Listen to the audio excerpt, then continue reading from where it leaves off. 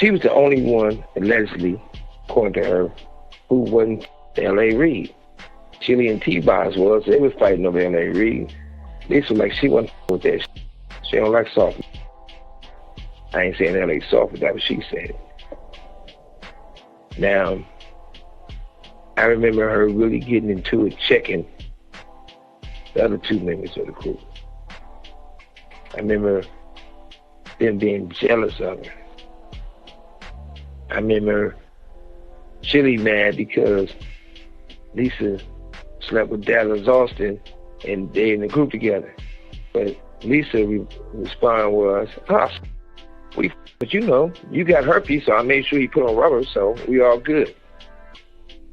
But nevertheless, she did some of the most incredible music that you can imagine.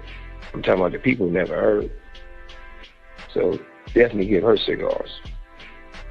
And the same thing with Whitney Houston. We talked about this before, but Whitney is a one of a kind that you would never ever find Whitney again. She in heaven, but there's never another Whitney. And when it really came down to it, Whitney was as ghetto, gangster, wild as possible. When Bobby Brown got kidnapped and he owed some people some money for doing the drugs, he called Whitney. Whitney showed up with $450,000 cash by herself to trade that money to get Bobby Brown back. How many to do that? I remember we was on a plane coming from New York, and Chili was coming back to L.A. with me from New York. So we sitting there. When he come, Chili? She like, hey, said it in front of Chili. Suge, if you gonna be f***ing this, be careful. She got herpes. And Chili, if you gonna be riding around with this mother out there, you better have a vest, because you might get in a shootout or a drive-by. And just start laughing, right? I'm like, damn, that's gangster.